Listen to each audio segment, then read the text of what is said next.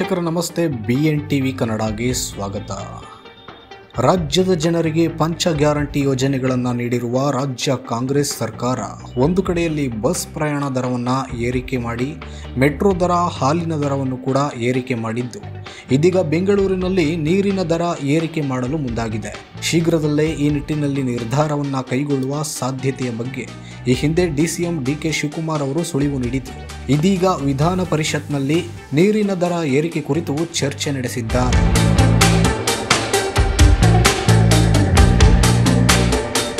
ವಿಧಾನ ಪರಿಷತ್ ಶೂನ್ಯ ವೇಳೆಯಲ್ಲಿ ಕಾಂಗ್ರೆಸ್ ಸದಸ್ಯರಾದ ರಾಮೋಜಿಗೌಡರು ಬೇಸಿಗೆ ಆರಂಭವಾಗ್ತಾ ಇದ್ದು, ಬೆಂಗಳೂರಿನ ಪೂರ್ವ ಭಾಗದಲ್ಲಿ ಕುಡಿಯುವ ನೀರಿನ ಅಭಾವದಿಂದ ಖಾಸಗಿ ಟ್ಯಾಂಕರ್ಗಳು ದುಪ್ಪಟ್ಟು ಹಣದ ಬೇಡಿಕೆ ಇಡುತ್ತಿದ್ದು, ಜನರಿಗೆ ಉಚಿತವಾಗಿ ನೀರು ಪೂರೈಸಬೇಕು ಹಾಗೂ ಕಾವೇರಿ ಸಂಪರ್ಕ ನೀಡಿರುವ ಮನೆಗಳಿಗೆ ಶೀಘ್ರ ನೀರು ಒದಗಿಸಬೇಕು ಎಂದು ಹೇಳಿದ್ದಾರೆ. ಇದಕ್ಕೆ DK ಶಿವಕುಮಾರ್ ಉತ್ತರಿಸಿದ್ದು, 2014ರ ನಂತರ ಬೆಂಗಳೂರಿನಲ್ಲಿ ನೀರಿನ ದರ ಪರಿಷ್ಕರಣೆ ಮಾಡಿಲ್ಲ.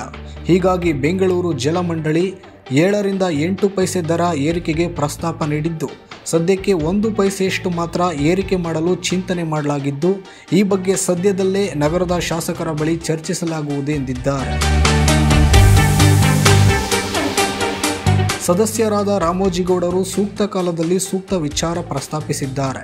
ಶಿವರಾತ್ರಿ ಕಳೆದಿದ್ದು, ಬೇಸಿಗೆ ತೀವ್ರತೆ ಹೆಚ್ಚಾಗಿ ಉಷ್ಣಾಂಶ ಏರಿಕೆಯಾಗಿದೆ. ಆದರೆ ಕಳೆದ ವರ್ಷ ಬಹಳ ಸಂಕಷ್ಟದ ಪರಿಸ್ಥಿತಿ ಎದುರಾಗಿತ್ತು. 7,000 ಕೊಳವೆ ಬಾವಿಗಳು ಬತ್ತಿದ್ವು. ಹೀಗಾಗಿ ಖಾಸಗಿ ಟ್ಯಾಂಕರ್ಗಳನ್ನು ಪಾಲಿಕೆ ಸುಪರ್ದಿಗೆ ತೆಗೆದುಕೊಳ್ಳಲಾಗಿತ್ತು. ಇದೇ 22ರಂದು ಜಲ ಸಂರಕ್ಷಣಾ ದಿನವಾಗಿದ್ದು, 1 ತಿಂಗಳ ಕಾಲ ಜಲ ಸಂರಕ್ಷಣೆ ವಿಚಾರವಾಗಿ ಜಾಗೃತಿ ಅಭಿಯಾನ ಮಾಡಲು ತೀರ್ಮಾನಿಸಿದ್ದೇವೆ. ಕಾವೇರಿ 5ನೇ ಹಂತದ ಯೋಜನೆಯನ್ನು ಪೂರ್ಣಗೊಳಿಸಿ ನೀರನ್ನು ಹೊರತರಲಾಗಿದೆ. 110 ಹಳ್ಳಿಗಳಿಗೆ ನೀಡಲು ವ್ಯವಸ್ಥೆ ಮಾಡಲಾಗಿದೆ ಎಂದಿದ್ದಾರೆ.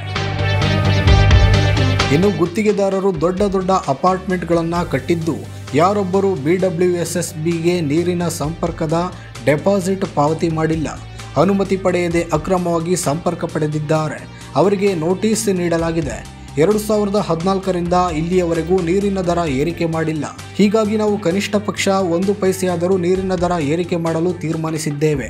ಇದರಿಂದ ಮಂಡಳಿ ಪ್ರತಿ ವರ್ಷ ಅನುಭವಿಸುತ್ತಿರುವಂತಹ ಸುಮಾರು 1,000 ಕೋಟಿ ನಷ್ಟವನ್ನು ತಪ್ಪಿಸಬಹುದಾಗಿದೆ. ಮಂಡಳಿಯ ವಿದ್ಯುತ್ ಬಿಲ್ ಏರಿಕೆ ಆಗುತ್ತಲೇ ಇದೆ. ಹೀಗಾಗಿ ಮಂಡಳಿಯವರು 7 ರಿಂದ 8 ಪೈಸೆ ಏರಿಕೆಗೆ ಮುಂದಾಗಿದ್ರು.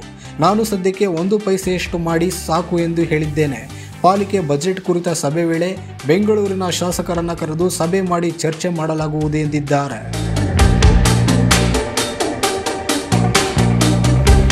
ಇನ್ನು ಸದಸ್ಯರು ಪ್ರಸ್ತಾಪಿಸಿದ ನೀರಿನ ಸಂಪರ್ಕ ಹಾಗೂ ಟ್ಯಾಂಕರ್ಗಳ ವಿಚಾರವಾಗಿ ಕ್ರಮ ಕೈಗೊಳ್ಳಲಾಗಿದ್ದು, ಟ್ಯಾಂಕರ್ಗಳನ್ನು ನಿಯಂತ್ರಣಕ್ಕೆ ತೆಗೆದುಕೊಳ್ಳಲು ಕ್ರಮ ಕೈಗೊಳ್ಳಲಾಗುವುದು. ಬೆಂಗಳೂರು ನಗರ ಪ್ರದೇಶದಲ್ಲಿ ಅಂತರ್ಜಲ ಹೆಚ್ಚಳ ಮಾಡುವ ಉದ್ದೇಶದಿಂದ ಬತ್ತಿರುವ ಎಲ್ಲಾ ಕೆರೆಗಳಿಗೆ ನೀರು ತುಂಬಿಸಲು ಮುಂದಾಗಿದ್ದೇವೆ. ಖಾಸಗಿ ಟ್ಯಾಂಕರ್ಗಳದ್ದು ದೊಡ್ಡ ದಂಧೆಯಾಗಿದೆ. ಹೀಗಾಗಿ ಇದಕ್ಕಾಗಿ ಕನಿಷ್ಠ ದರ ನಿಗದಿ ಮಾಡಲಾಗಿದೆ. ಎಲ್ಲಿ ತುರ್ತಾಗಿ ನೀರನ್ನ ಪೂರೈಸಬಹುದೋ ಅದಕ್ಕೆ ಕ್ರಮ ಕೈಗೊಳ್ಳಲಾಗುವುದು.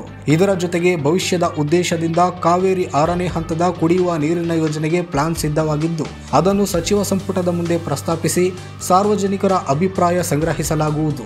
ಜಲ ಸಂರಕ್ಷಣಾ ಅಭಿಯಾನದಲ್ಲಿ ನೀವೆಲ್ಲರೂ ಭಾಗವಹಿಸಬೇಕು. ಸಾರ್ವಜನಿಕರು ಹೆಚ್ಚಾಗಿ ಇದರಲ್ಲಿ ಭಾಗವಹಿಸುವಂತೆ ಮಾಡಬೇಕು. ಕುಡಿಯುವ ಉದ್ದೇಶಕ್ಕೆ ನೀಡುತ್ತಿರುವಂತಹ ನೀರನ್ನ ಕರು ತೊಳೆಯಲು, ಗಿಡಗಳಿಗೆ ನೀರುಣಿಸಲು ಬಳಸಲಾಗ್ತಾ ಇದೆ. ಇನ್ನು ಮಳೆ ನೀರು ಕೊಯ್ಲು ಪದ್ಧತಿಯಲ್ಲಿ 3 ಅಡಿ ಜಾಗ ಬಿಡುವಾಗ ಅದರ ಮೇಲೆ ಕಾಂಕ್ರೀಟ್ ಹಾಕ್ತಿದ್ದಾರೆ. ಇದನ್ನು ತಪ್ಪಿಸಲು ಕಡ್ಡಾಯ ನಿಯಮ ರೂಪಿಸಲಾಗುತ್ತದೆ ಎಂದು ಹೇಳಿದರು.